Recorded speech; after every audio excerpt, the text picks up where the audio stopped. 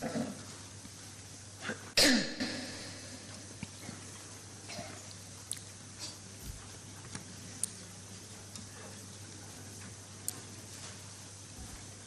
သနာတော်နှစ်2554ခုနှစ်ကောဇာတက္ကရာ1382ခုနှစ်တဘူရလဆန်း6ရက်2011ခုနှစ်ဖေဖော်ဝါရီလ9ရက်ရန်ကုန်တိုင်းဒေသကြီးစမ်းချောင်းမြို့နယ်အောင်ချမ်းသာရပ်ကွက်သီရိမင်္ဂလာလမ်းကမ်းမြင့်ကျောင်းတိုက်ဓမ္မယုံတွင်ဆင်ကျင်းပပြုလုပ်အပ်သည့်ဓမ္မသဘင်အခမ်းအနား၌လမ်းမတော်မြို့နယ်အမှတ်41 11လမ်းကွယ်လွန်သူဦးအေးကြည်အားယေရှု၏ဇနီးတော်ခင်ကြီးသမီးမကြည်ကြည်ဝင်းမိသားစုတို့၏အမတဒါနဓမ္မဒါနအဖြစ်ဖြင့်ဟောကြားအပ်သောဘောဓိပက္ခိယတရားကိုလေ့လာသုံးသပ်ခြင်းအပိုင်း၄တရားဒေသနာတော်ဒီကနေ့ညဓမ္မသဘင်ခန္ဓာကိုရွှေဘုန်းတော်သခင်ရှင်တော်မြတ်ဖရာ၏မဟာကရုဏာဂုဏ်ကိုအာယုံပြုကတိကျူးဖွဲ့ဆိုအပ်သောဝန္ဒနာပနာမအာတိတဂါထာကိုရွတ်ဆိုပူဇော်ခြင်းဖြင့်စတင်ကြရအောင်ယောကပဂောတိဟိပိယပမေယံကာလံကရွန်တော်တိဒုက္ခရာနိခေရံကတောလောကဟိတယာနာထောနမောမဟာကရုဏိကန္တတတယောနာထောဝိနိယမြာစွာတတဝါဤချမ်းသာစီးပွားလိုလားတောင်းတဂုံပေါင်းခါသဖြင့်နာထအမြည်ညာခြင်းရှင်တော်မြတ်ဖရာသည်ကပ္ပဂောတိဟိပိဂရေကဘာရေအတွက်သင်္ချာတို့ဖြင့်တော်လဲအဘယ်မေယံရေအတွက်တိုင်းတာဖော်ပြခြင်းငါမစွမ်းနိုင်ပါသောကာလလေးအသင်ချေသိမ့်နေကဘာရှိကြသောကာလပတ်လုံးလောကဟိတယတတလောကဤအကျိုးစီးပွားအလို့ငါအတိဒုက္ခရာနိယုစာသက်ချစ်လက်အင်္ဂါမေတ္တာကြီးမာသမိတာနှင့်တထာဇနီဆွန်ခြင်းကြီးဟုကျက်တိထဘွယ်ငါးသွဲအစုအလုံးခဲရင်သောအမှုတို့ကိုကရွန်တော်ဖျားဖြစ်ရန်ဤတန်ကြုတ်ကုတ်အာထုတ်တော်မူရသည်ဖြစ်၍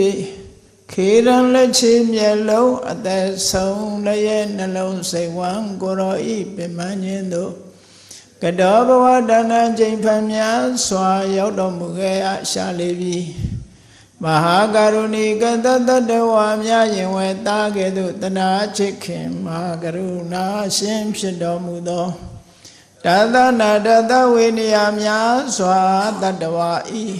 ချမ်းသာစီးပွားလိုလားတောင်းတဂုံပေါင်းခါသဖြင့်နာထမြညာထိုရှင်တော်မြတ်ဖရာအားနမောယုတိပြောင်းပြော့မှန်ကိုလျော်၍ကရောယုကျိုးရှိခိုးခြင်းသည်အထုဘဝတုစင်စစ်မသွေဖြစ်ပါစေတည်း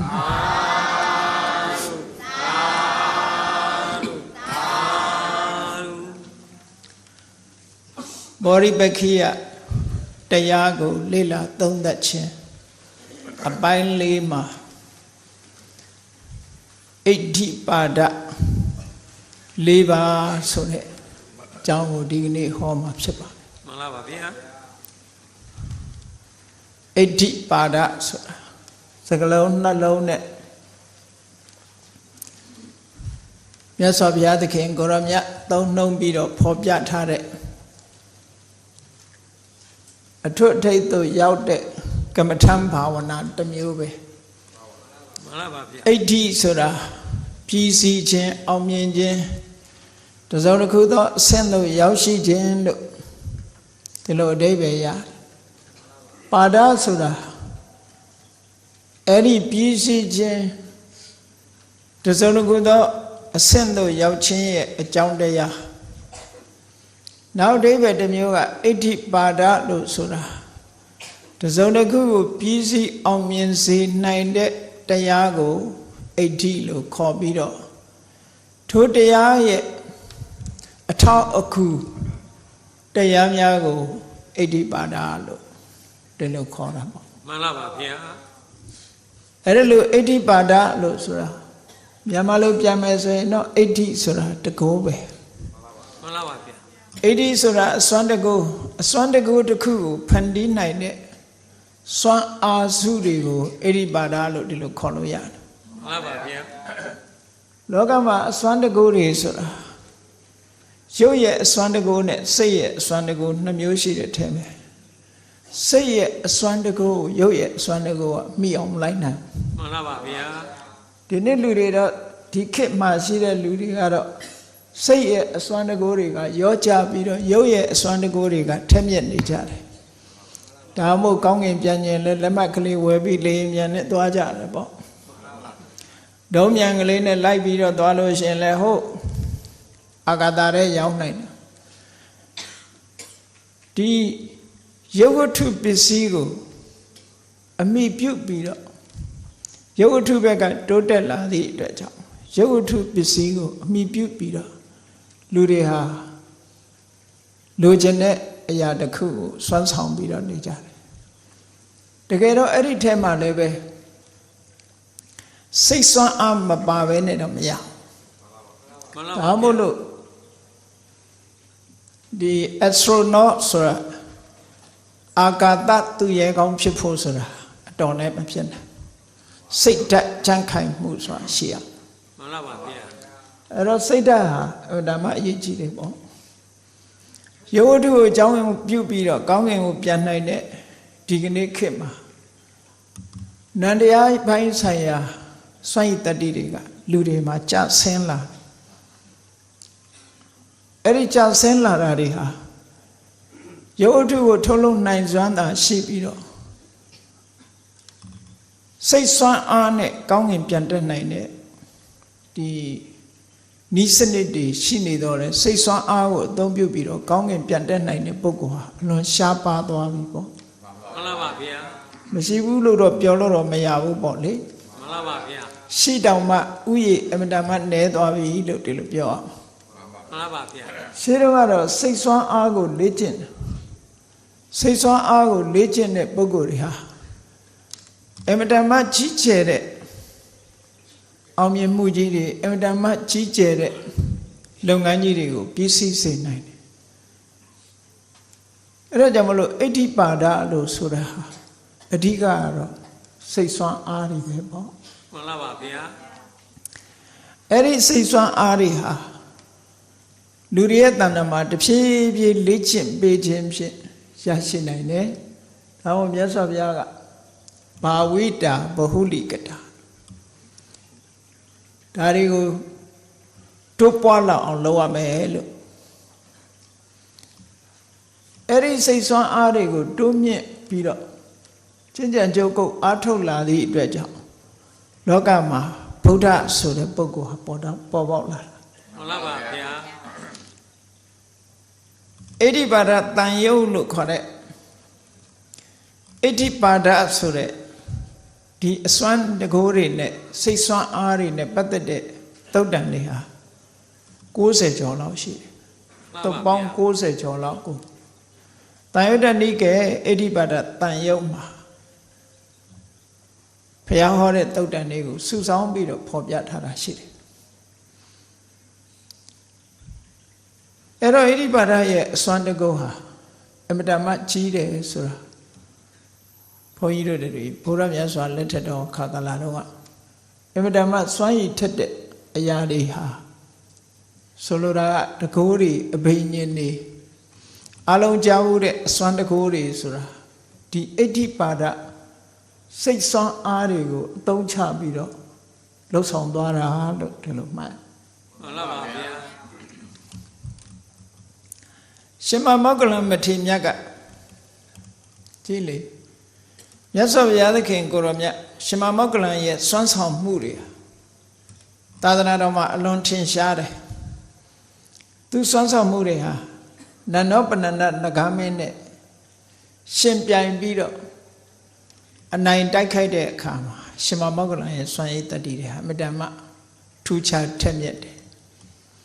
ဒ တခြားယဟန်တော်တွေဟာရှင်မမောဂလန်လိုစွမ်းဆောင်နိုင်ခြင်းမရှိဘူးတကောစွမ်းနေရှိတော်လဲခိပ္ပနိတန္တိလို့ခေါ်တယ်ဖြတ်ဖြတ်လက်လက်လင်းလင်းမြန်းမြန်းစက္ကန့်ပိုင်းအတိုင်းဒီလိုစွမ်းနိုင်တာတွေမရှိကြဘူးပေါ့မှန်လားပါဗျာရှင်မမောဂလန်ကြတော့အဲ့လိုထက်ထက်မြက်မြက်ခိုင်ခိုင်မာမာရှိတယ်ဘာဖြစ်လို့ဒီလိုဖြစ်တာတုံးဆိုစိဏဝတိတာလေ့ကျင့်လို့စွမ်းအင်တွေတက်လာတာရှင်သာရိပုတ္တရာလည်းတကူတော့ရှိတာပဲသို့တော်ရှင်သာရိပုတ္တရာကသူအသုံးချတာပညာကိုပဲအသုံးချတယ်စွမ်းတကူတွေကိုသိအသုံးမချအသုံးမချသည့်အတွက်ကြောင့်စွမ်းတကူအရာမှာရှင်မောဂလန်ရဲ့စွမ်းရည်တတိကိုမမီဘူးလို့ပြော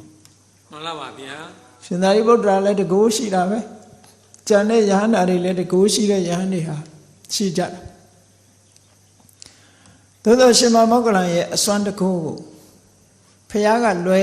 ရှင်မောဂလန်ရဲ့အစွမ်းတကူကိုမှီနိုင်တဲ့ပုဂ္ဂိုလ်ဟာမရှိဘူးပေါ့မှန်လားပါဗျာ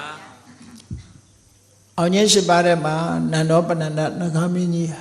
အမတန်အစွမ်းထက်တဲ့နဂါကိုဆုံးမတဲ့နေရာမှာကျန်တဲ့ယဟန်တွေဟာဒီပြင်အချက်လက်တွေဖန်ဆင်းနိုင်တော့လဲယဟန်တွင်ဖြင့်ပြလိုက်တဲ့အချိန်လေးမှာနဂါကအစိတ်ငွေ့တွေကိုမှုတ်လိုက်တာကာကွယ်နိုင်တဲ့ပုဂ္ဂိုလ်ဟာရှင်မောဂလန်တစ်ပါးပဲရှိတယ်မှန်လားပါဗျာအဲ့ဒါအလွန်လင်းမြန်မြန်လောက်အောင်ကိစ္စတစ်ခုမကွာကွယ်နိုင်လိုက်ရင်အဲ့ဒီနေရာမှာပဲဖွဲပြချတော့မှန်လားပါဗျာအဲ့တော့စွမ်းတကူရှိတဲ့နေရာမှာရှင်မောဂလန်နောက်ရှင်မောဂလန်ဟာတခါတော့မြတ်စွာဘုရားသခင်ကိုရောမြတ်တာဝတိပြည်ပုပ္ပယုအကြောင်းမိဂရမတဝိတခါအကြောင်းမှဤဆောက်လို့လှူဒန်းထားတယ်မိဂရမတုပတ္တာရပြတ်သက်ဆိုတာရှိတယ်မှန်လားပါဗျာပကံမှာရှိတဲ့တပ္ပညုဖရာကြီးကအဲ့ဒီမိဂရမတုပတ္တာရရဲ့ပြတ်သက်ပုံစံလို့ဒီလိုပြောတဲ့ချဘူးတယ်မှန်လားပါဗျာဟုတ်မဟုတ်တော့ကိုမမြင်ဘူးတော့ပြောနိုင်ဘူးတရားတော့နော်အခမ်းမောင်းတစ်ထောင်ရှိတယ်လို့ပြောတာမိဂရမတုပတ္တာရပြတ်သက်အဲ့လိုတိဆောက်ထားတဲ့မိဂရမတုပတ္တာရပြတ်သက်ဆိုအလွန်ထုတယ်ကြီးတယ်ဆိုတော့သိချတယ်အဲ့လောက်ထုတယ်ကြီးတဲ့ပြတ်သက်ကြီးကိုရှင်မောဂလန်ခြေမလေးနဲ့တင်တို့ပြီးတော့ရိမ့်ရိုင်ပြီးလှုပ်ရှားတော့အောင်လုပ်နိုင်အဲ့ဒီလုံနိုင်တာဟောဒီအဋ္ဌိပါဒရဲ့စွမ်းအားတွေပဲပေါ့မှန်လားပါဗျာတခါတော့အဲ့ဒီမှာမြတ်စွာဘုရားကအဲ့ဒီမှာတရင်သုံးနေတဲ့အချိန်ပုရုဇဉ်ယဟန်တွေကမြတ်စွာဘုရားနဲ့တကြောင်နဲ့နေပြီးတော့စိတ်ကူးတွေးတောမှုတွေကကာမဂုဏ်အာယုန်နဲ့ပတ်သက်ပြီးတော့စိတ်ကူးကြံစည်နေကြတယ်အဲ့ဒီလိုကြံစည်နေကြတဲ့ပုဂ္ဂိုလ်တွေကိုမြတ်စွာဘုရားကယဟန်တွေဘာလုပ်နေသလဲလို့စိတ်ကိုစိတ်နဲ့ကြည့်လိုက်တဲ့အခါထိုယဟန်တွေရဲ့စိတ်ကူးတွေဒီစိတ်ကူးတွေကိုဆက်လက်စိတ်ကူးခွင့်ပေးမယ်ဆိုလို့ရှိရင်အန္တရာယ်တွေများမယ်ဒါကြောင့်မို့ရှင်မောဂလန်ကိုခေါ်ပြီးတော့မောဂလန်သင်ရဲ့သတင်းသုံးခေါ်တွေဟာမဟုတ်တာတွေတွေးနေကြပြီသူတို့အဲ့ဒါထိတ်လန့်သွားအောင်လောကလူတွေကကြောက်ရင်ဖျားတာတယ်လေဒါတော့ထုံးပါပါဗျာအေးဖျားတာကြောက်เสียနဲ့ကြုံပြီဆိုလို့ရှိရင်ကောင်းတဲ့ဘက်ကိုရောက်လာတတ်တယ်မှန်လားပါဗျာဒုက္ခကြုံမှတရားဆိုတာဖြစ်တယ်တစ်ခါကြတော့မှန်လားပါဗျာချမ်းသာနေ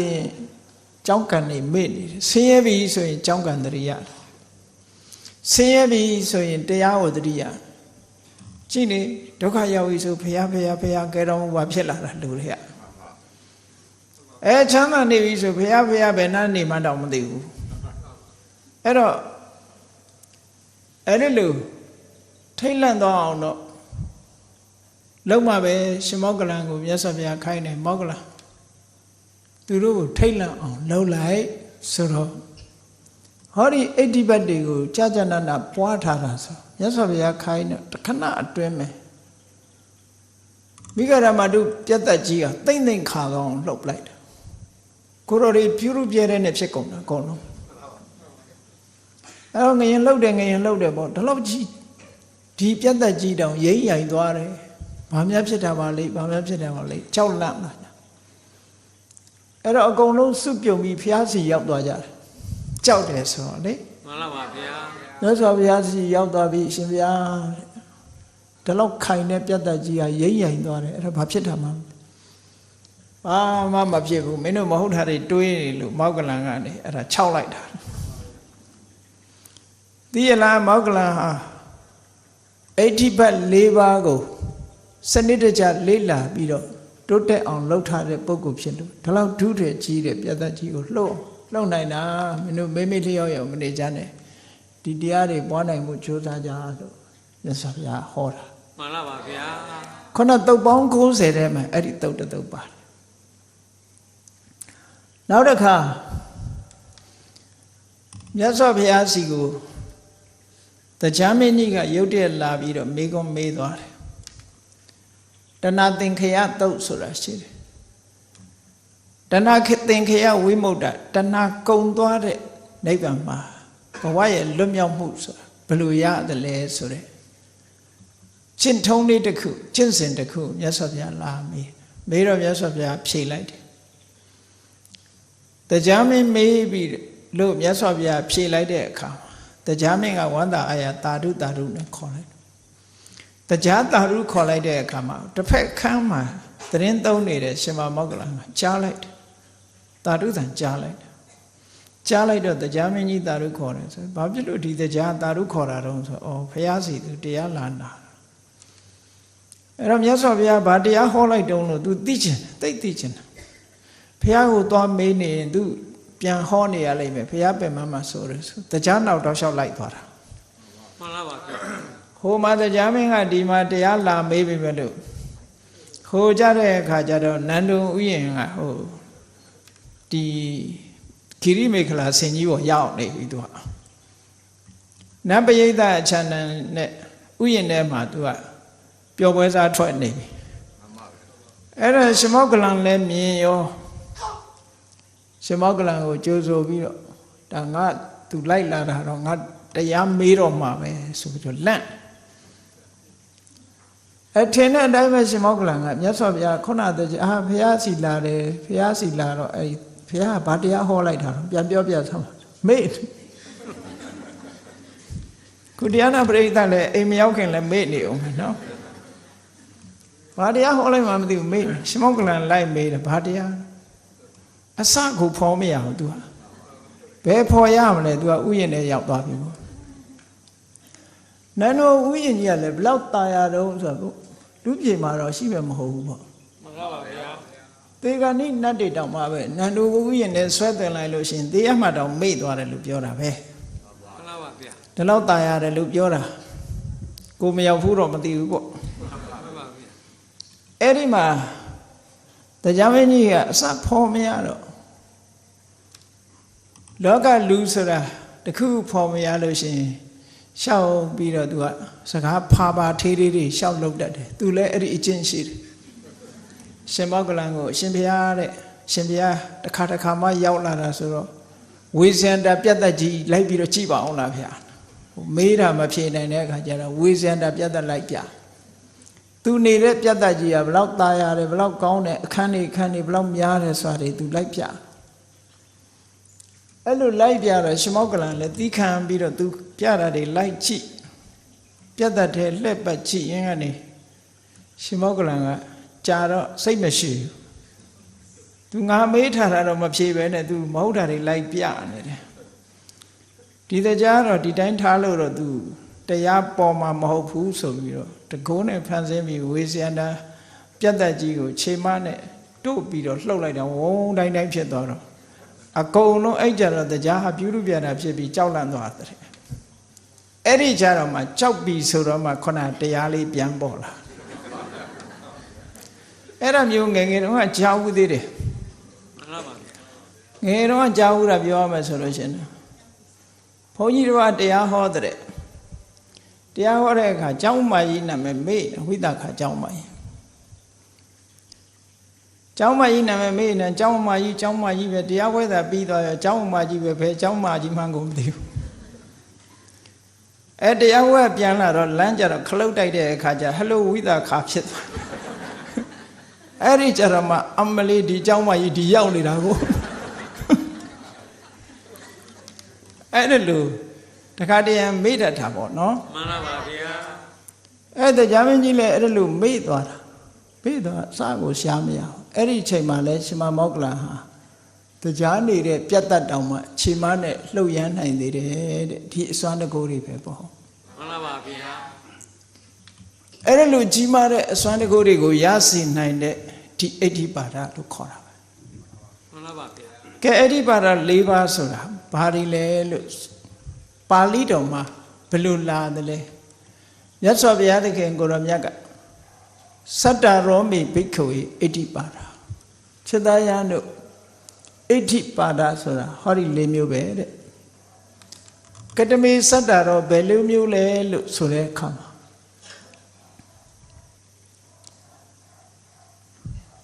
သန္ဒသမာဓိပဓာနသင်္ခါရသမဏဂတံအဋ္ဌိပါဒံဘာဝေတိပါဠိတော်အပြည့်စုံကဒီတိုင်းလားမှန်လားပါဗျာအဘိဓမ္မထသင်္ဃာကျမ်းမှာတော့ရေတွက်ယုံလေးပဲသံဒိဋ္ဌိပါတော်ဝိရိယဋ္ဌိပါတော်စိတ်ဒိဋ္ဌိပါတော်ဝိမာန်ဒိဋ္ဌိပါတော်လောက်လေးပဲရေးထားတာမှန်လားပါဗျာသံဒိဋ္ဌိပါဝိရိယဋ္ဌိပါစိတ်ဒိဋ္ဌိပါဝိမာန်ဒိဋ္ဌိပါဒီလောက်ကလေးတွေပြောထားတာပါဠိတော်မှာအစုံပြောထားတာသန္တသမာဓိပရဏသင်္ခါရသမဏဂတံအဋ္ဌိပါဒံဘာဝေတိဖြစ်စေရမယ်တိုးပွားအောင်လေ့ကျင့်ကမ္မထမ်းကျင့်တာတခုအဲ့ဒီမှာစကား၃လုံးကိုမှတ်ဖို့လို့သန္တရဲ့သမာဓိရဲ့ပဓာနသင်္ခါရရဲ့၃မျိုးရှိတယ်အဲ့တော့သန္တိဋ္ဌိပတ်လို့ဆိုပေမဲ့သန္တတစ်ခုတည်းကိုပြောတာမဟုတ်ဘူးမနေ့ကပြောတယ်လို့ပဲသန္တရှေ့ကလာတာမဟုတ်သူ့အဓိကထားလိုက်တာမှန်လားပါဗျာအဲ့ဒီမှာသန္တသမာဓိသန္တဆိုတာပြုလုပ်ခြင်းတဲ့စိတ်ဆန္ဒစိတ်ရတောင်းအားတစ်ခုပဲကတုကမြတ်တာဆန္တော်လှုပ်ခြင်းတဲ့ဆန္ဒလောကဆန္ဒဆိုတာ wish ပဲလောကီလူတွေလည်းပြောကြတာပဲเนาะဆန္ဒကြီးရင်ကြံသမျှပြီးတယ်ဆိုတာပြောကြမှန်လားပါဗျာဆန္ဒရှိရင်ကြံသမျှအောင်တယ်ဆန္ဒဝတ္တောဂိဏမကမ္မနသိစတိတဲ့ပြင်းထန်တဲ့ဆန္ဒရှိတဲ့ပုဂ္ဂိုလ်ဟာမအောင်မြင်နိုင်တဲ့အမှုဆိုတာမရှိဘူးဆန္ဒကိုအဓိပတိတက်ပြီးလုပ်မယ်ဆိုလို့ရှိရင်အောင်မြင်နိုင်တယ်လို့ဆန္ဒကိုအဓိပတိ၄ပါးထဲမှာလည်းပဲဆန္ဒလို့ဒီလိုပြောတာအခုဒီနေရာမှာအဋ္ဌိပတ်အနေနဲ့ပြောတာဟောတာမှန်လားပါဗျာအဲ့တော့ဆန္ဒဆိုတာဆန္ဒလေးတစ်ခုနဲ့အောင်မြင်လာလားလို့ဆိုအဲ့ဒါလိုတော့မအောင်မိတ်တယ်ဆန္ဒအခြေခံတဲ့တရားတစ်ခုသာဖြစ်တယ်မှန်လားပါဗျာဆန္ဒနဲ့ဒီတကိုးတွေဖြစ်လာတာမဟုတ်ဘူးသို့တော့ဆန္ဒကိုအခြေခံပြီးတော့တမာတိကျင့်စဉ်တစ်ခုအကျင့်ဒါကိုဆန္ဒတမာတိလို့ပြောတာမှန်လားပါဗျာဆန္ဒကိုအခြေခံပြီးတော့တမာတိဖြစ်တယ်ဆိုတာပထမဆန်ရအောင်ငါကျင့်မယ်ဆိုကျင့်ကျင်တဲ့ဆန္ဒအဲ့ဒီဆန္ဒကိုအဓိကထားပြီးတော့ပထမဆန်တမာတိကိုရအောင်ကျင့်တယ်ပထမဆန်တမာတိကိုဖြစ်စေတယ်အဲ့ဒါကိုပြောတာဆန္ဒတမာတိဆိုတာဆန္ဒရဲ့တမာတိဆန္ဒကိုအကျဉ်းမှုထားပြီးတော့ရလာတဲ့တမာတိကိုဆန္ဒတမာတိလို့ဒီလိုပြောတာမှန်လားပါဗျာအဲ့ဒီမှာဒီဆန္ဒလေးတစ်ခုနဲ့ရနိုင်လားဆိုမရနိုင်ဘူးဆန္ဒနောက်ကနေပြီးတော့ပဓာနသင်္ခါရတဲ့ခိုင်ခိုင်မာမာကြိုးပမ်းအထောက်မှုဆိုတဲ့ဆောင်ရွက်မှုဟာအမှန်တမ်းအရေးကြီးတယ်သင်္ခါရဆိုတာပြုလုပ်အထောက်မှုပဲမှန်လားပါဗျာလုံလဝိရိယဖြင့်ပြုမှုလုပ်အထောက်မှုကိုပဓာနသင်္ခါရလို့ခေါ်တယ်ဆန္ဒကိုအဓိကထားတဲ့တမာတိလုံလဝိရိယဆိုလိုတာကဆန္ဒရဲ့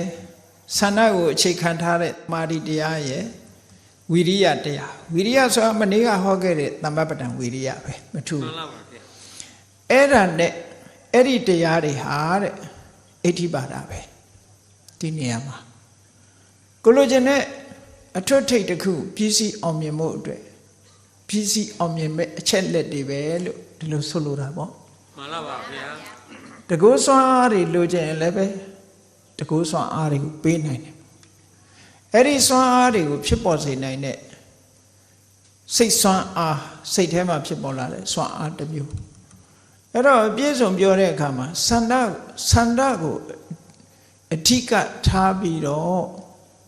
ဆန္ဒကိုဥတည်ပြီးတော့ကြိုးပမ်းအထောက်လို့ရလာတဲ့တမာတိအဲ့ဒီတမာတိနဲ့ကြိုးပမ်းအထောက်မှုတမာတိကိုအခြေခံပြီးတော့ဝိပဿနာကျင့်စဉ်တို့တမာတိကျင့်စဉ်တို့သမထကျင့်စဉ်တို့ဆက်လက်ကျင့်ကြံကြိုးကုပ်အထောက်ခြင်းပဓာနာသင်္ခါရအဲ့ဒါတွေကိုပေါင်းပြီးတော့မြတ်စွာဘုရားဒီနေရာမှာအဋ္ဌိပါဒလို့ဒီလိုခေါ်လိုက်တာမှန်လားပါဗျာ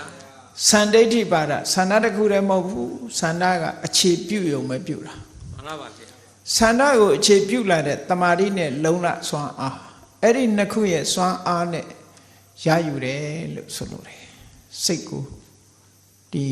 အသိဉာဏ်တွေကိုရယူမယ်တမာတိတွေကိုရယူမယ်ဒီလိုပြောလို့တာအဲ့ဒါဟာဆန္ဒကိုအခြေပြုပြီးတော့ရလာတဲ့အဋ္ဌိပါဒနော်အဋ္ဌိပါဒံဘာဝေတိဆန္ဒကိုအခြေပြုပြီးတော့ဖြစ်ပေါ်လာတဲ့တမာတိရဲ့ကျိုးပန်းအထောက်မှုဆိုတဲ့ဒီအဋ္ဌိပါဒဒါဟာပြည့်စုံခြင်းအကြောင်းသို့မဟုတ်ပြည့်စုံရမယ့်အချက်လက်တွေဖြစ်သည့်အတွက်ကြောင့်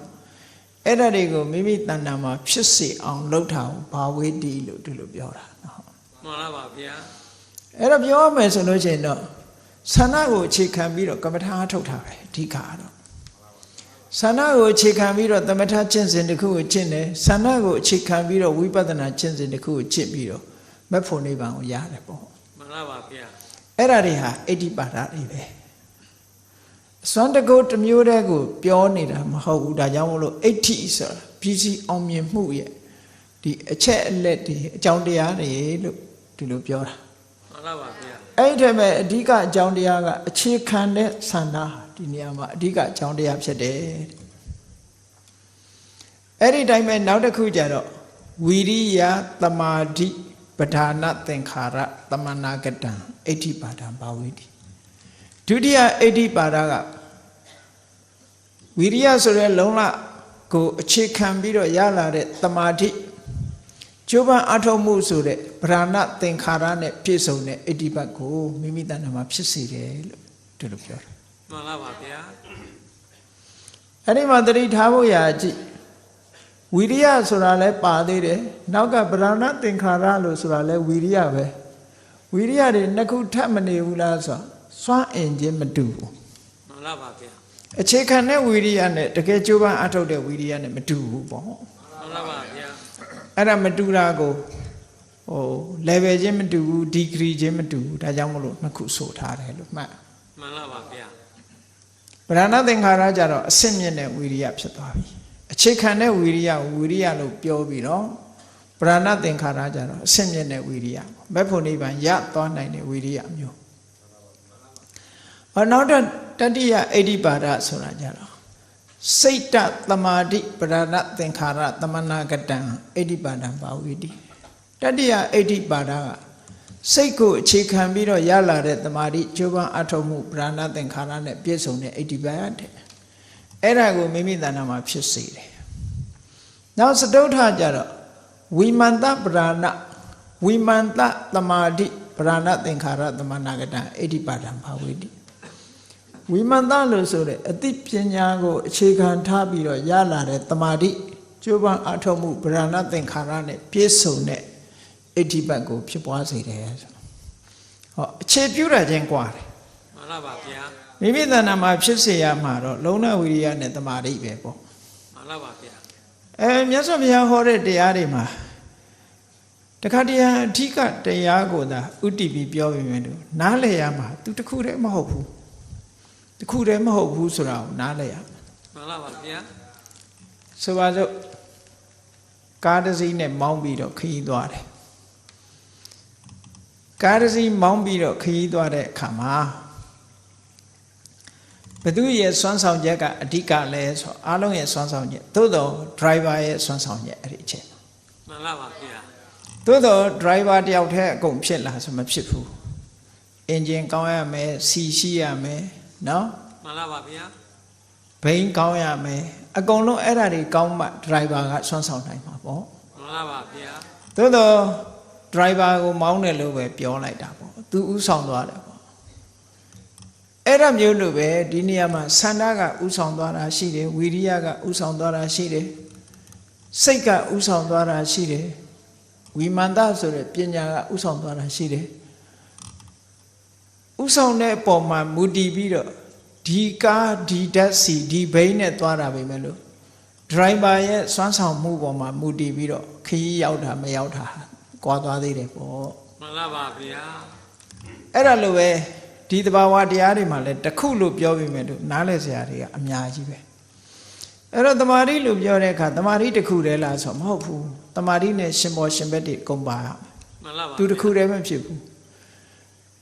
စိတ်လို့ပြောလိုက်တာနဲ့စိတ်တစ်မျိုးတည်းလားဝိရိယလို့ပြောလိုက်တာနဲ့ဝိရိယတစ်မျိုးတည်းလားဝိမာန်တလို့ပြောလိုက်တာနဲ့ပညာတစ်မျိုးတည်းလားမဟုတ်ဘူးသူရဲ့ရှင်ဘောရှင်ဘက်လုပ်ပေါ်ကိုက်ဘက်တွေအများကြီးပဲမှန်လားပါဗျာအဖွဲ့အစည်းတရားမှလည်းပဲဒီလိုပဲပြောရတာအလုံးတစ်ခုပဲဥတ္တပြောလိုက်လို့ရှိရင်ကျန်တာတွေဟာတနွယ်ငင်ဒဇင်ပါဆိုလို့အကုန်လုံးပါလာတယ်သူတို့မှန်လားပါဗျာသို့တော့အဓိကတစ်ခုပဲပြောလိုက်တယ်ကြည့်လေပဋိစ္စသမုပ္ပါဒ်မှာလည်းအဝိဇ္ဇာပစ္စယသင်္ခါရလို့ဆိုပြီးတော့အဝိဇ္ဇာတစ်ခုကိုဥတည်ပြီးပြောလိုက်တယ်သို့တော့အဝိဇ္ဇာတစ်ခုတည်းကြောင့်သင်္ခါရဖြစ်တာမဟုတ်ဘူးမှန်လားပါဗျာကျန်တဲ့ကိလေသာတွေလည်းတူတူပဲသင်္ခါရလို့ဆိုလိုက်တဲ့ပြင်စေရနာလေးတစ်ခုတည်းလို့ကောက်ရတယ်လို့ပြောနေပေမဲ့လို့စေရနာတစ်ခုတည်းနဲ့ဖြစ်မှာမဖြစ်တာအဘိဓမ္မာသင်ထားတဲ့ပုဂ္ဂိုလ်တွေသိတာပဲဟုတ်ကဲ့လားမှန်လားပါဗျာကုသိုလ်အကုသိုလ်မှာစေရနာရှင်ပေမဲ့ဉာဏ်နဲ့တရားတွေဟာပါသေးတာကိုမှန်လားပါဗျာစိတ်မရှိရင်စေရနာဆိုတာကိုဖြစ်ကုန်မဖြစ်ဘူးဉာဏ်နဲ့စေတသိက်တွေမပါဘဲနဲ့လည်းစေရနာဆိုတာဖြစ်ကုန်မဖြစ်ဘူးတို့ဘောတစ်ခုကိုပဲပြောရတယ်မှန်လားပါဗျာအဲ့ဒီအတိတ်ပဲပေါ့ဒါကြောင့်မို့လို့ဒီမှာလည်းပဲအဋ္ဌိပတ်မှာရသော်ဗျာဥတည်ပြောတာသန္တာဒါပေမဲ့သန္တာနဲ့အတူသန္တာဝီရိယဝိမာန်တသန္တာဝီရိယစိတ်တဝိမာန်တလို့ဒီလိုပြောထားပြီမယ်သူတို့နဲ့အတူဖြစ်လာတဲ့တကယ်စွမ်းဆောင်တဲ့တရားတွေကဘာတွေတုံးဆိုတမာတိနဲ့သင်္ခါရပဲထူးခြားတဲ့အဆင့်ကိုရောက်ဖို့ရအတွက်ကတမာတိစွမ်းအားမှန်လားပါဗျာပရဏသင်္ခါရလို့ဆိုတဲ့ဝီရိယစွမ်းအားမလုတ်ဖဲနဲ့ဘယ်ဟာမှမရဘူးစိတ်မတည်ငြိမ်မဲနဲ့လှုပ်လို့လည်းမအောင်မြင်ဘူးဒါကြောင့်မို့ဒီနေရာမှာမြတ်စွာဘုရားတမာတိပဒနာသင်္ခါရတမနာကတံအဋ္ဌိပါဒံစွမ်းဆောင်တဲ့နေရာမှာတမာတိနဲ့ဝီရိယအမတမအရေးပါတာကြောင့်မို့လို့အဋ္ဌိပတ်မှာဒီသန္ဓဝီရိယ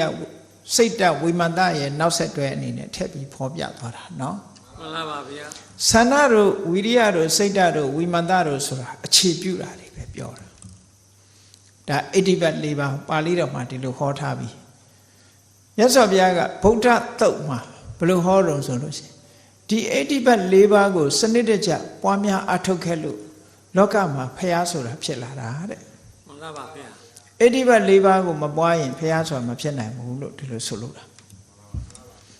ဒါကြောင့်မလို့ဒီအဋ္ဌိပတ်၄ပါးဟာအမတမအဆင့်မြင့်တဲ့ဒီကျင့်စဉ်ကြီးတစ်ခုပဲပေါ့အောင်မြင်ပေါက်ရောက်သွားစေနိုင်တဲ့ဝိပဿနာကျင့်စဉ်ကြီးတစ်ခုပဲအဲ့ဒီအဋ္ဌိပတ်၄ပါးနဲ့ပတ်သက်ပြီးတော့သန္တာကိုအခြေပြုပြီးအထွတ်ထိပ်ရောက်သွားတာရှိတယ်ဝီရိယကိုအခြေပြုပြီးအထွတ်ထိပ်ရောက်သွားဘယ်လမ်းကသွားဒီ၄မျိုးထဲမှာသူကလူတိုင်းသန္တာကိုလည်းအခြေပြုရမယ်ဝီရိယကိုလည်းအခြေပြုရမယ်စိတ်ကိုအခြေပြုရမယ်ဝိမာန်ကိုအခြေပြုရဒီလိုဆွလို့တာမဟုတ်ဘူးအဋ္ဌိပတ်၄ပါးမှာတချို့ပုဂ္ဂိုလ်တွေကသန္တာကိုအခြေပြုပြီးတမာတိနဲ့ပဓာနာသင်္ခါရနဲ့ပြည့်စုံသွားကြိုးစားတယ်မှန်လားပါဗျာတချို့ကဝီရိယကိုအခြေပြုတယ်တချို့ကစိတ်ကိုအခြေပြုတယ်တချို့ကဝိမာန်တဆိုတဲ့ပညာကိုအခြေပြုတယ်လို့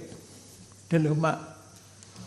တမောဝိနရဏိအထက်ကရာမှာဒီအဓိပ္ပာယ်လေးကိုသူကဥပမာလေးနဲ့ပေးထားတယ်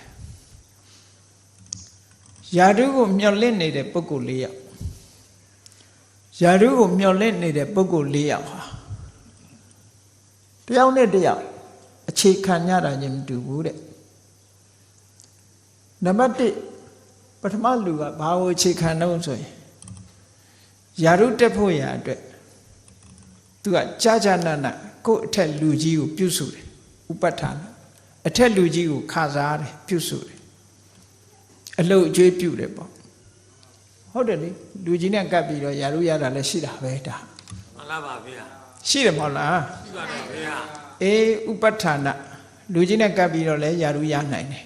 ဒါကြောင့်မို့တချို့ကယာရုရဖို့ရအတွက်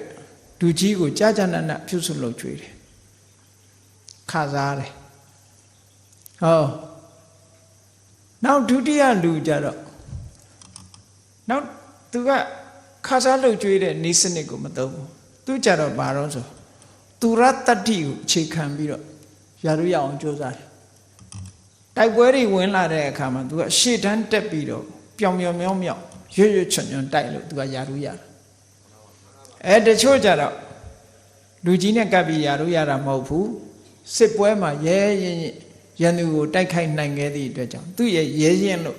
သူရဘာဝဆိုရဲစွမ်းတတ္တိရှိလို့ယာရုရသွားတယ်မှန်လားပါဗျာနောက်တစ်ခုကျတော့ဘာလို့ဆိုရင်အမျိုးခုံဇာတိအမျိုးမြတ်တဲ့ပုဂ္ဂိုလ်အဲ့ဒီအမျိုးမြတ်တဲ့ပုဂ္ဂိုလ်ကလည်းသူ့ရဲ့မျိုးရိုးကြောင့်မို့လို့သူကယာရုရတာလည်းရှိတယ်တဲ့ဟောယာရုရပုံတွေတယောက်နဲ့တယောက်မတူဘူးပေါ့မှန်လားပါဗျာဟိုနောက်တယောက်ကျတော့သူကပညာထက်မြက်တယ်ထက်မြက်တဲ့ပညာကိုအဓိကထားပြီးတော့သူကမင်းခစားလို့ယာရုရတယ်ပေါ့ကဲဆိုလိုတာမင်းခစား၄ယောက်တယောက်ကမင်းကျင်နလအောင်ခစားတယ်တယောက်ကသူရတ္တတိနဲ့တိုက်ပွဲကိုရင်ဆိုင်တိုက်တတ်တယ်နောက်တယောက်ကမျိုးရိုးခုံကောင်းတယ်ဟောနောက်တယောက်ကပညာထက်မြက်တယ်အဲ့ဒါအဋ္ဌိဘတ်၄ပါးဟာလည်းအဲ့ဒီအဓိပ္ပာယ်တိုင်းပဲတဲ့မတရားဖို့တရားဆိုတဲ့ဒီထူးခြားတဲ့တရားသူတရားမြတ်တွေရဖို့တချို့ကစိတ်စွမ်းအင်ဆန္ဒကိုအခြေခံပြီးတော့ကြိုးစားတာဆန္ဒကိုအခြေခံပြီးတော့ကြိုးစားလို့သူဟာထူးခြားထက်မြက်တဲ့အစင်းမြင့်တဲ့မဉ္ဇဉ်ဖွဉ္ဇဉ်တွေကိုရတယ်အဲ့တော့မြတ်စွာဘုရားသာသနာတော်မှာဘယ်ပုဂ္ဂိုလ်ဟာအဲ့လိုရတော့ဆိုစံနမူနာအနေနဲ့ထုတ်ပြမယ်ဆိုရင်ရထပါဠသရုတာရထပါဠသရုတာဆန္ဒကိုအခြေခံပြီးတော့ဂျိုးပန်းအထုတ်ခဲ့သည့်အတွက်ကြောင့်သူကယ ahanan ဖြစ်သွားတယ်မှန်လားပါဗျာရထပါဠဆိုတာသူ့ရဲ့ဆန္ဒကဘလောက်ပြင်းလဲဆိုဘုရားတရားသွားနာတဲ့အခါမှာသူကတထေသာတဥရိသောတထေသာပဲအဲ့ဒီမျိုးမှာဆိုရင်မတမချမ်းသာတိတ်ချမ်းသာတဲ့လူတယောက်မိဘတွေကခွင့်မပြုခြင်းဘူးခွင့်မပြုခြင်းnàoခွင့်မပြုရကောင်းလားလို့ဆိုပြီးတော့ခွင့်မပြုရင်သူ့ကိုယ်သူအသေးခံလောက်အောင်ပြင်းထန်တဲ့ဆန္ဒရှိတယ်သူကမှန်လားပါဗျာတာမန်လောက်ကတော့လွယ်နဲ့သူရမှာမဟုတ်တာဟိုအဲ့တော့မိဘလုံးဝသဘောမတူတဲ့အခါကျတော့သွားခွင့်တောင်းတဲ့နေရာမှာပဲမြေကြီးပေါ်မှာလှဲအိတ်နေလိုက်တယ်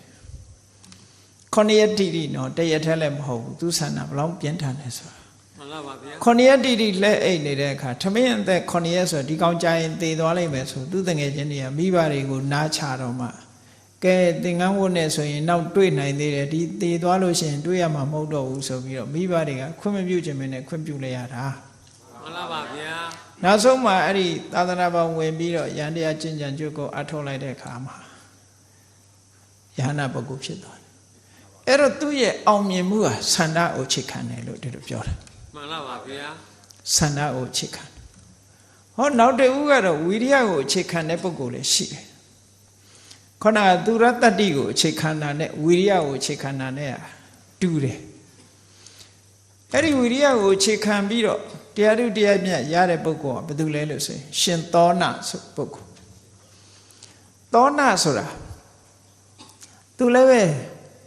ဒီမကရတိုင်းကပဲသူလည်းလွန်ချမ်းသာတယ်ချမ်းသာရုံနဲ့မကဘူးသူကတော်ထူးဆန်းတဲ့ပုဂ္ဂိုလ်တယောက်သိပြီးတော့သူခန္ဓာကိုယ်ကလည်းအမတမနူးညံ့ရုံနဲ့မကဘူးသူခြေဘွားမှာအမွှေးပေါက်တယ်သူကအမွှေးနုလေးတွေနဲ့ခြေဘွားအမွှေးပေါက်တဲ့လူဆိုတော့တော်တော်ရှားလိုက်ပြီတဲ့မှန်လားပါဗျာမြောက်တွေတောင်မပေါက်တော့ဘူးနော်အဲ့တော့ဗမာပြည်မှာတော့ရာဇဝင်ထဲမှာအမွှေးပေါက်တဲ့လူတယောက်ရှိတယ်လူမြောက်ဆိုပြီးတော့ဓာတ်ပုံထဲမှာတွေ့ဘူးတာပါမန္တလေးမှာရှိတယ်လူမြောက်မျက်နှာလေးပဲကြံတော့အမွှေးတွေဖုံးနေတာ နောက်တစ်ခေတ်မှာပေါ်ခြင်းပေါ်လာအောင်မှာအဝတ်မို့ဖက်နဲ့အမွှေးတွေနဲ့ဝတ်တာရှိခြင်းရှိလာအောင်မှာဒီဇိုင်းအမျိုးမျိုးထွင်နေတာနော် fashion မျိုးမျိုးထွင်နေတော့အဲ့ဒါအမွှေး fashion နဲ့ဒီဇိုင်နာတွေကလှုပ်ချင်လှုပ်နေမှာတော့ရှာမြတ်စွာဘုရားလက်ထက်ကဘုရားနဲ့ခေတ်ပြိုင်ဘာသာတရားကိုဟောပြောတဲ့အဇိတဆိုတဲ့ပုဂ္ဂိုလ်ဟာသူ့ဒီဇိုင်းသူ့ fashion ကဘယ်လောက်ကောင်းလို့ဆိုလူရဲ့ဆပင်နဲ့ရက်ထားတဲ့အဝတ်ကိုဝတ်တာခုခေတ်တောင်မရှိသေးဘူးထင်တယ်အဲ့ဒါကေတကမလာလို့ဆိုလူဆပင်နဲ့ရက်ထားတဲ့အဝတ်ကြီးအဲ့ဒါကြီးကိုဝတ်ထားတယ်ဆိုဘာရောင်လဲလို့တော့မသိဘူးအိန္ဒိယမှာဆိုတော့အနက်ရောင်ပဲဖြစ်မှာပဲမှန်လားပါအင်္ဂလန်မှာဆိုရင်တော့ golden hair တို့ဘာလို့ဖြစ်ချင်ဖြစ်မှာပေါ့နော်အဖွားကြီးဖိုးကြီးရဲ့သပင်ဆိုရင်တော့လည်းအဖြူဖြစ်ချင်လည်းဖြစ်မှာပဲဒါပေမဲ့အနက်ဖြစ်ဖို့ကပုံများတယ်ပေါ့နော်မှန်လားပါဗျာအခုခေတ်အနက်ဝတ်ချင်တဲ့ပုဂ္ဂိုလ်တွေလည်းအလွန်ပေါ်အနက်ကိုသဘောကျကြဗမာပြည်မှာနေသဘောကျတာမဟုတ်ဘူးတခြားနိုင်ငံတွေမှာလည်းပဲအနက်နဲ့အသားဖြူတာနဲ့ပိုလိုက်တယ်လို့ထင်တယ်ပေါ့အဲ့တော့ခေါင်းကလည်းအနက်ဟိုကလည်းအနက်ဗမာပြည်မှာတော့ခေါင်းပေါ်ကအနက်တွေကအခုအယောင်ကြောင်းတောင်းတောင်းနေဖြစ်လာဒီပြင်းနေရနက်ထာကြိုက်ပြီမဲ့လို့ခေါင်းပေါ်ကအနက်ကြတော့ကြိုက်ပုံမရဘူးချက်လာအဲ့တော့ဒီမှာသောဏဆိုတဲ့တထေသားဟာခြေဝါးတောင်အမွှေးပေါက်တဲ့ပုဂ္ဂိုလ်ဒါကြောင့်မလို့ तू ကအမတန်နုညံ့တဲ့ကော်စောတို့ဂရီဘာဘော်တို့ပဲ तू ကလမ်းလျှောက်လို့ရတယ်မှန်လားပါဗျာ तू သွားရင်တကယ်ရွှေချင်နှင်းလေးစီးပြီးတော့နုညံ့ညံ့လောက်ထားတဲ့ချင်နှင်းလေးစီးပြီးသွားတယ်အမတန်မှချမ်းသာတဲ့လူတယောက်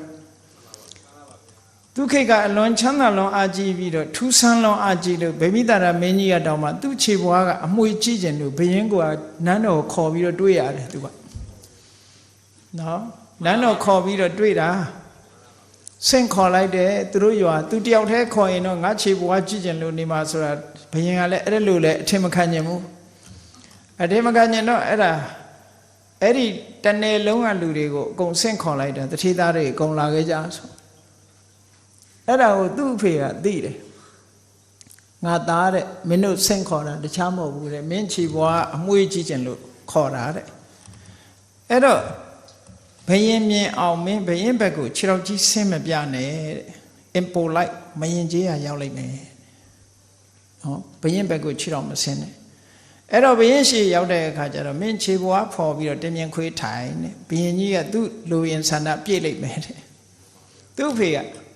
တင်ပေးလိုက်တာမှန်လားပါဗျာဟိုရောက်တဲ့အခါသူ့အဖွဲ့တွေပေါင်းတဲ့နေအကုန်လုံးနန်းတော်ဝင်ပြီးဘယင်းကြီးခါစားပြီးတော့ထိုင်တဲ့အခါမှာသူကခြေဘွားလေးကိုတင်မြင်ခွေးထိုင်ပြီးတော့ခြေဘွားလေးကိုလှမ်းထိုင်ဘယင်းကြီးကကြည့်တယ်မသိမသာတိတ်တခိုးကြည့်တယ်ကြည့်တော့ဟုတ်သားပဲကြော်တဲ့အတိုင်းမှန်သားပဲခြေဘွားမှာအမွှေးတွေနဲ့အဲ့ဒီမှာဘယင်းကြီးကဆုံးမဩဝါဒတွေပေးတယ်ပေါ့သူတို့မင်းတို့စီပွားရေးဘယ်လိုလုပ်ကြစိုက်ပျိုးရေးဘယ်လိုလုပ်ကြပေါ့လေinstruction တွေပေးလိုက်တာပေါ့ပေးလိုက်တော့အဲ့ဒီမှာသူတို့ပြန်လာကြအဲ့ဒီမှာဘုရင်ကြီးကသူက instruction ပေးပြီးတဲ့အခါမှာသူတို့ပြောလိုက်တာမင်းတို့ငါမျက်မှောက်ဘဝအကျိုးတရားတွေနဲ့ပတ်သက်ပြီးဆုံးမပြီးပြီတမလွန်ဘဝအကျိုးတရားတွေနဲ့ပတ်သက်ဖို့ရာအတွက်ကတော့မြတ်စွာဘုရားစီသွားလိုက်ကြအောင်မြတ်စွာဘုရားကတမလွန်ကောင်းကျိုးချမ်းသာတွေကိုမင်းတို့ညွှန်ကြားလိုက်မယ်အဲ့တိုင်လိုက်နာကြ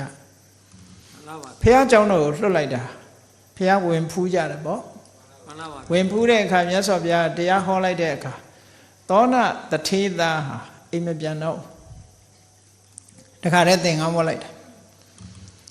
အဲ့တော့သင်္ကန်းဝတ်လိုက်တဲ့အခါငကိုကမှဘုန်းကြီးဝတ်တယ်ဆိုဖက်နှက်ကပဲရှိတော့မှာတော့ရွှေချင်းနှင်းတို့ဘာတို့ဂရီဘာကော်စောတို့ဘယ်သူကလာခံပေးမှာတော့အဲ့ဒါတွေအကုန်လုံးဆွန့်လွတ်လိုက်ရတာကိုဆွန့်လွတ်ပြီးတော့အဲ့ဒီမှာသူလုံးလဝီရိယသူကအလွန်ကောင်းတယ်လွယ်လွယ်ကူကူနဲ့ရတဲ့တရားတန်မိုးမထားဘူးကြိုးစားမယ်ဆိုပြီးတော့သူ့တံမှာသွားနေပြီးတော့အဲ့ဒီမှာလမ်းလျှောက်ဈဉ္ဉံလျှောက်ပြီးတရားထုတ်တယ်တနေ့ကိုမှန်လားပါဗျာအဲ့လိုအားထုတ်တော့ခြေတော့ကအမွှေးတွေလည်းကျွတ်ခြေတော့တွေကွဲသူဈဉ္ဉံလမ်းဟာသွေးရဲရဲတန်ရဲရဲနဲ့ဖြစ်အဲ့လောက်ထိအောင်သူက အပင်မခံပြီးကြိုးစားအထုတ်တယ်ခြေတော့မလျှောက်နိုင်တဲ့အခါကျတော့ဒူးထောက်ပြီးသွားတယ်တဲ့ မှန်လားပါဗျာ အဲ့ဒါကိုသိတော့မြတ်စွာဘုရားကကြောင်းလှက်ပတ်ကြည့်ရင်သူ့ဘက်ကိုရောက်လာတဲ့အခါကျတော့ကြည့်လိုက်တော့သွေးတွေဈဉ္ညာလမ်းပေါ်မှာသွေးတွေမြင်တော့ဟာဒီသွေးတွေကဘာဖြစ်တာလဲမေးလိုက်တော့ရှင်သောဏဈဉ္ညာလျှောက်တဲ့နေရာဆိုအဲ့ဒီမှာမြတ်စွာဘုရားသူ့စီကြွသွားပြီးတော့သောဏမင်းစောင့်တိတတ်တယ်မဟုတ်လားလို့ဆိုတိတတ်ပါတယ်အတိတတ်တဲ့အခါမှာမင်းစောင်းကြိုးတွေတအားတင်းပြီးတော့တင်းရင်ဘယ်လိုနေလဲမသားရဘူးဒါပေမဲ့စောင်းကြိုးကိုရော့လေးထားရင်ရောမသားရဘူးအဲ့တော့စောင်းကြိုးဟာမလျော်မတင်းကလေးလုပ်ပြီးတီးမှအတန်သားတယ်အဲ့ဒါလိုပဲမင်းသိပ်ပြီးတော့ပြင်းပြင်းထန်ထန်မလုပ်နဲ့ဝီရိယနဲ့တမာတိမျှအောင်လုပ်ရမယ်လို့မြတ်စွာဘုရားနီလန်းပေးတာနော်မှန်လားပါဗျာအဲ့ဒါကဘုရားဟောတဲ့ထဲမှာတကယ်ပါတယ်သို့တော့ဗုဒ္ဓဝင်ထဲမှာပါဠိတော်မှာမပါဘဲနဲ့မြတ်စွာဘုရားအလောင်းကခါတဲ့အယုပြင်းပြင်းကြအောင်ဘုရားအလောင်းဒုက္ခရစရိယာကျင့်တဲ့နာမှာလာပြီးတော့စောင်းတီးတယ်ဆိုတဲ့ပုံကဘယ်ကနေဝင်ထဲလိုက်ကြတယ်တော့မသိဘူးနော်အဲ့ဒါလို့ဝင်ထဲပြီးတော့အဲ့တော့ဘုရားကိုလာပြီးတော့သိပြင်းပြင်းထန်ထန်မကျင့်ပါနဲ့လို့လာပြောတဲ့ပုံစံမျိုးရောက်နေတယ်အဲ့ဒီတော့ကပိဿတိခစောင်းကိုမရှိသေးဘူးဘာလို့လဲဆိုပိဿတိခတီးနေတဲ့စောင်းဟာမနတ်ကြီးရဲ့စောင်းအဲ့ဒါမှန်လားပါဘုရားဖြစ်ပြီး9နှစ်ကြာမှမနတ်ကသူ့စောင်းကိုမေ့ကြံရထားမေ့ကြံရထားဆိုတာစိတ်ပြက်လက်ပြက်နဲ့စောင်းကိုတတိမရနိုင်ဘူးဒီတို့ကဘုရားကိုသူ့လိုတိုင်းမလုံနိုင်တော့9နှစ်တိနောက်ကြောင်ခံပြီးတော့လိုက်ပြီးတော့အမျိုးမျိုးနှောက်ရက်တာမအောင်မြင်တော့နောက်ဆုံးမှစိတ်ညစ်ပြီးတော့သူ့ရဲ့ရင်ခွင်ကစောင်းကြီးအောက်ကျမ်းနေတာသူမေ့ကြံရတာမသိဘူးတဲ့ညပ်ပြေပြန်တက်သွားတာအဲ့ဒီသူ့စောင်းကိုဘယ်သူကကောက်ထားတော့ဆိုတရားမင်းကြီးကကောက်သွားတာတော်သေးတယ်လိုက်မတောင်းလို့အဲ့ဒီစောင်းကိုပင်သားစီကပေးလိုက်တာအဲ့ဒါကိုဘေလူဝပန္တုစောင်းလို့ခေါ်တယ်နော်မှန်လားပါဗျာအဲ့တော့တရားထုတ်နေတဲ့အချိန်မှာပင်သားစီကမှစောင်းရှိတယ်လို့မရှိသေးပါဘူး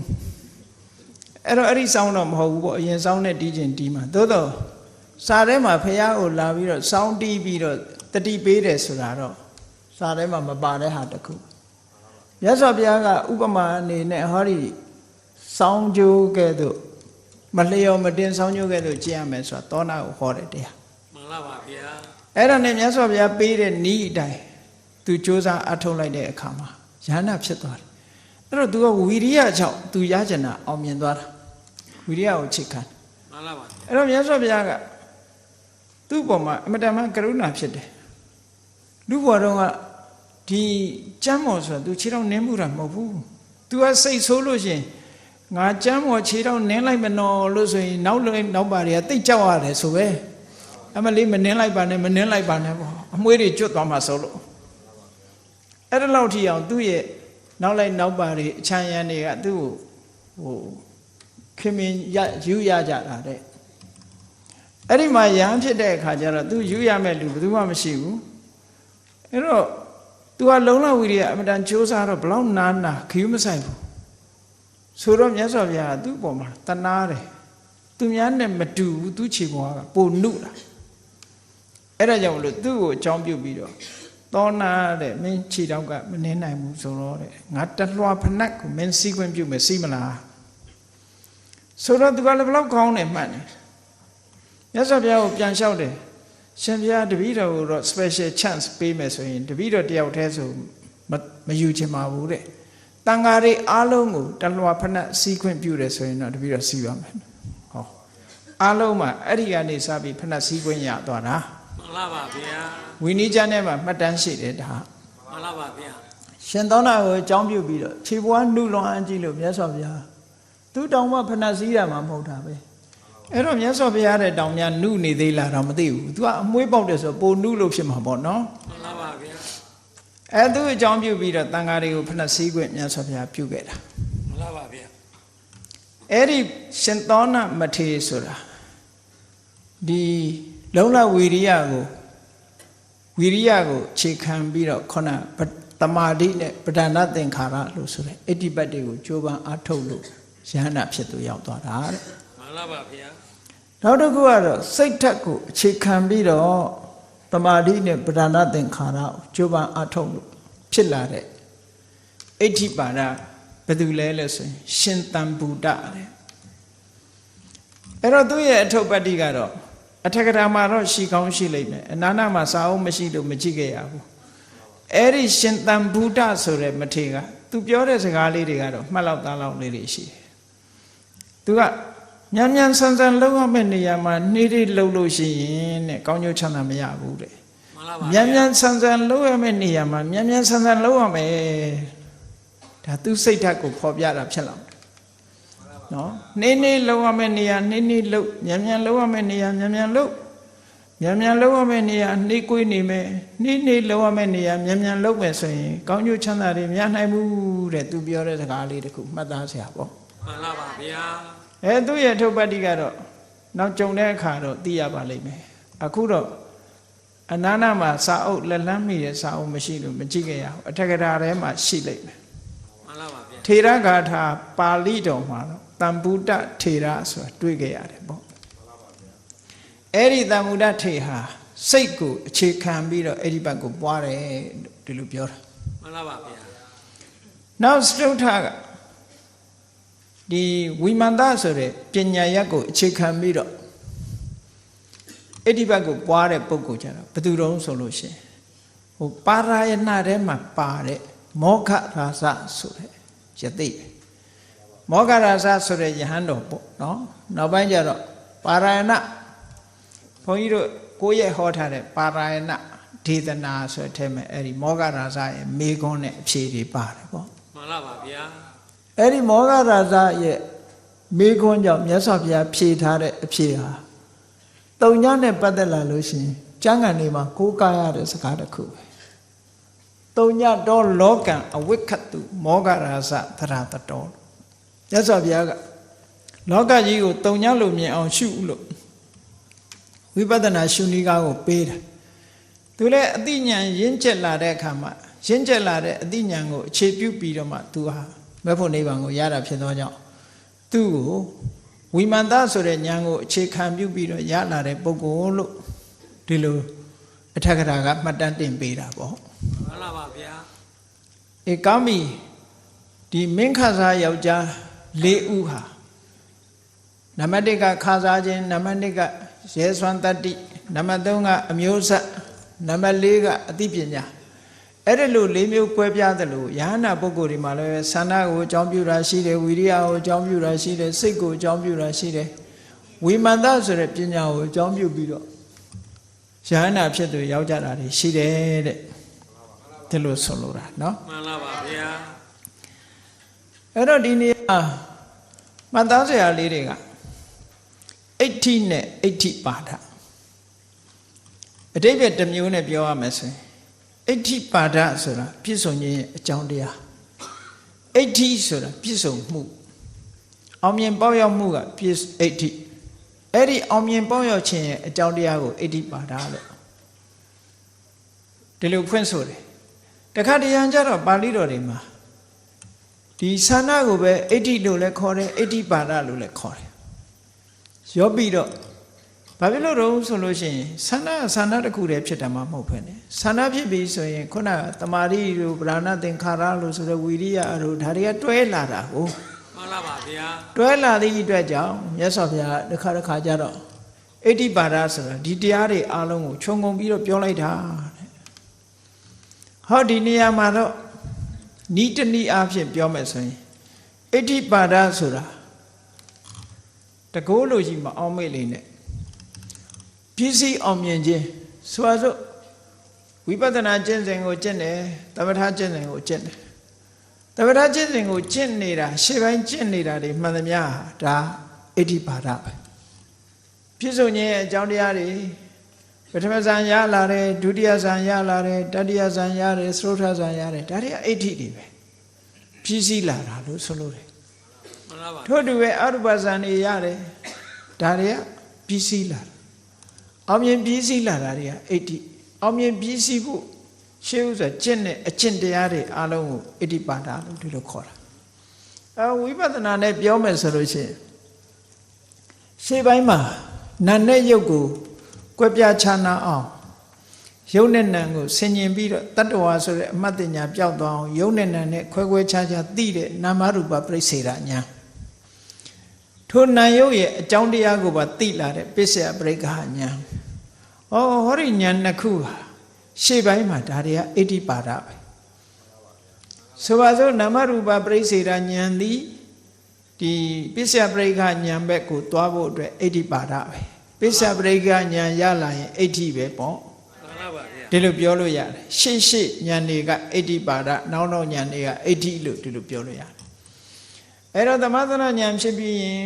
ဥရိယဗျာဉာဏ်ဖြစ်တယ်ဥရိယဗျာဉာဏ်ဖြစ်ပြီးလို့ရှိရင်ဘင်္ဂဉာဏ်ဖြစ်တယ်ဘင်္ဂဉာဏ်ဖြစ်ပြီးရင်ဘယဉာဏ်ဖြစ်တယ်ဘယဉာဏ်ဖြစ်ပြီးရင်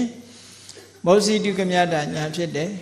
နေဗိဒဉာဏ်ဖြစ်တယ်နေဗိဒဉာဏ်ဖြစ်ပြီးရင်မောစီတုကမြတဉာဏ်ဖြစ်တယ်မောစီတုကမြတဉာဏ်ဖြစ်ပြီးရင်ပဋိသင်္ခာဉာဏ်ပဋိသင်္ခာဉာဏ်ပြီးရင်သင်္ခါရုပ္ပခာဉာဏ်သင်္ခါရုပ္ပခာဉာဏ်ပြီးလို့ရှိရင်တတ္တပတ္တိမဲ့သဂရဂါမိမဲ့အနာဂါမိမဲ့ဆိုအတိအသီးအဲ့ဒါလို့လာတာဟုတ်မှန်လားပါဗျာအဲ့တော့ရှေ့ပိုင်းတွေကအကုန်လုံးအဋ္ဌိပါဒလို့ခေါ်တယ်နောက်ကရလာတဲ့အဆင့်တွေကအဋ္ဌိလို့ခေါ်တယ်အောင်မြင်ပြည့်စုံမှုတွေကြီးပဲဒါနီးတနည်းနဲ့ပြောတဲ့အခါမှာအဲ့ဒါလို့ပြောလို့ရတယ်ပေါ့မှန်လားပါဗျာပထမဇန်ရဖို့ရအတွက်ရှေးဥစွာကျင့်နေတဲ့ဆိုပါစို့ဩရဒကတိုင်းအဖြူရောင်ပေါ်မှာကျင့်နေပြီဆိုရင်အဲ့ဒီအဖြူရောင်ပေါ်မှာလေ့ကျင့်နေတာပထမဇန်မရခင်ရှေ့ပိုင်းလေ့ကျင့်တာတွေမှန်သမျှအဋ္ဌိပါဏပဲမှန်လားပါဗျာလေ့ကျင့်လို့အောင်မြင်ရရှိသွားတာကြတော့အဋ္ဌိပထမဇန်ရသွားပြီဒုတိယဇန်တက်တယ်ဒီတိုင်းပဲသွားနောက်ဇန်တစ်ခုနဲ့တစ်ခုဆိုရင်ပထမဇန်သည်အဋ္ဌိပါဒဒုတိယဇန်သည်အဋ္ဌိ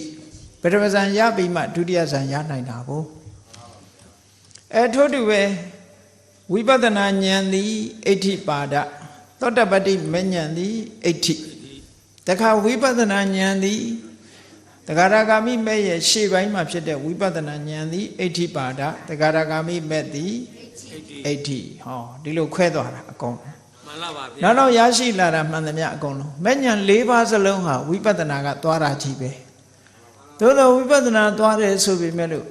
သောတပတ္တိမဲ့ကိုဖြစ်ပေါ်စေတဲ့ဝိပဿနာတဲ့တဂရဂါမိမဲ့ကိုဖြစ်ပေါ်စေတဲ့ဝိပဿနာအဖို့ဆင်ញင်မှန်လားပါဗျာတ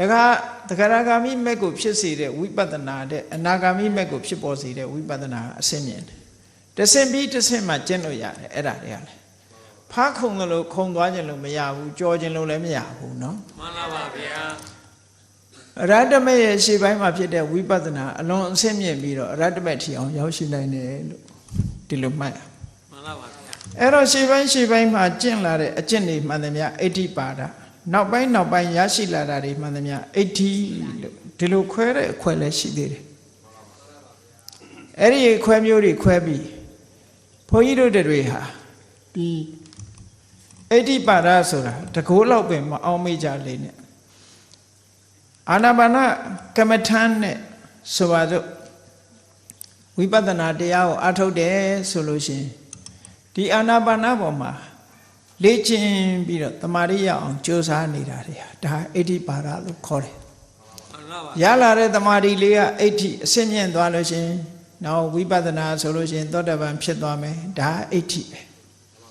ရှေ့ပိုင်းကကျင့်တာတွေကအကုန်လုံးအဋ္ဌိပါဒလို့ဟောအဋ္ဌိနဲ့အဋ္ဌိပါဒကိုအဲ့ဒါလို့ခွဲခြားပြီးတော့သိလို့ရတယ်တဲ့မှန်လားပါဗျာဘုရားမြတ်စွာရဲ့သာသနာတော်မှာဆန္ဒကိုအခြေခံတာပဲဖြစ်ဖြစ်ဝီရိယကိုအခြေခံတာပဲဖြစ်ဖြစ်စိတ်ဓာတ်ကိုအခြေခံတာပဲဖြစ်ဖြစ်ဝိမန္တဆိုတဲ့အသိပညာကိုအခြေခံတာပဲဖြစ်ဖြစ်မိမိတဏ္ဍာမှာဖြစ်စေရမှာတော့တမာရီတို့ပညာတို့ပါပဲအဲ့ဒီတမာရီတို့ပညာတို့ကိုဖြစ်စေဖို့ရအတွက်ပဓာနသင်္ခါရလို့ဆိုတာလုံလဝီရိယအမှန်တမ်းအရေးကြီးတယ်လုံလဝီရိယမပါဘဲနဲ့ဘာမှမဖြစ်ဘူးဒါကြောင့်မို့လို့မဟာသတိပဋ္ဌာန်သုံးပါဆိုရင်မြတ်စွာဘုရားကကမ္မထာအထုတ်သူတွေအတွက်မရှိမဖြစ်တဲ့အရာ၃ခုဆိုပြီးတော့ဟောထားတာအာတာပိတံပဇာနောတတိမာအာတာပိဆိုတာအာတာပလုံလဝီရိယတတိမာတတိဆိုတာတတိတရားတံပဇာနာဆိုတာဆင်ញင်တုံပညာအဲ့ဒီ၃မျိုးဟာဝီရိယရဲ့တတိရဲ့ပညာရဲ့ဒီ၃ခုဟာကမ္မထာအထုတ်တဲ့ပုဂ္ဂိုလ်တိုင်းမှာမရှိမဖြစ်တဲ့တရား၃ခု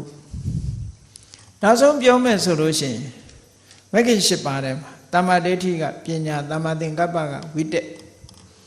အလုံးလုံးတဲ့နေရာမှာတော့တမ္မာဝါစာတမ္မာကမ္မန္တတမ္မာအာဇီဝတွေမပါဘူးဘေးဖယ်ထားလိုက်ကျွတ်တင်ပြီးလှုပ်ထားရမယ်ကိစ္စ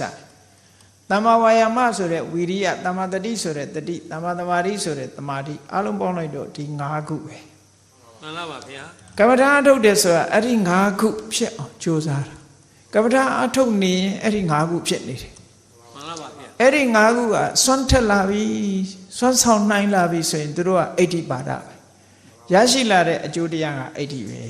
မှန်လားပါဗျာဒီလိုသဘောပေါက်ပါအဲ့ဒါကြောင့်မို့လို့အဋ္ဌိပတ်၄ပါးဟာ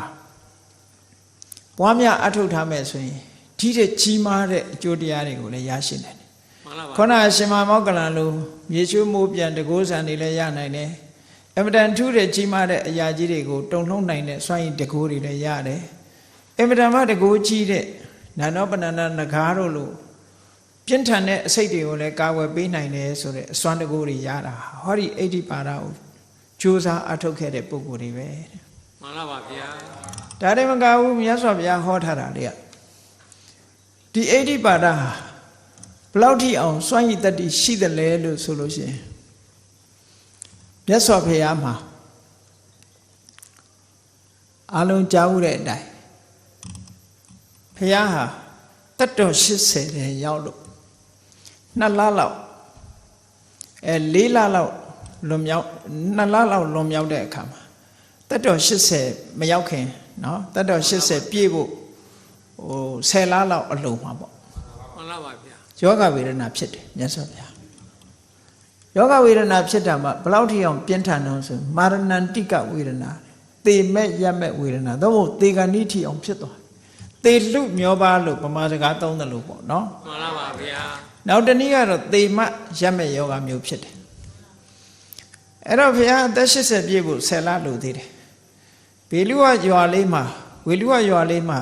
ဝါကတ်တဲ့အချိန်မှာယောဂဖြစ်တယ်အဲ့ယောဂဖြစ်တဲ့အချိန်မှာဒီယောဂဝေဒနာကိုဘာနဲ့တားလဲဆိုရင်ဒီအဋ္ဌိပါဒနဲ့ပဲတားလိုက်တာမှန်လားပါဗျာအဋ္ဌိပါဒကိုပွားထားသည့်အတွက်ကြောင့်မြတ်စွာဘုရားသခင်ကိုရောမြတ်တမဘတ်နဲ့ဖလားတမဘတ်ဝင်စားတယ်ဝင်စားပြီးတဲ့အခါအဲ့ဒီဖလားတမဘတ်အာယုသင်္ခါရဖလားတမဘတ်လို့ခေါ်တယ်တာမန်ဖလားတမဘတ်နဲ့မတူဘူးသူကဝိပဿနာကိုအသေးစိတ်ရှုပြီးတော့ဝင်စားရတဲ့ဖလားတမဘတ်အာယုသင်္ခါရဖလားတမဘတ်လို့ခေါ်တယ်အဲ့ဒီအာယုသင်္ခါရဖလားတမဘတ်ကိုဝင်စားပြီးတော့ယောဂဝေဒနာတွေကိုဖေးဖယ်ထားလိုက်တယ်ခုခေတ်ကတော့အဲ့လောက်စိတ်ဆွမ်းအားမရှိတဲ့အခါကျတော့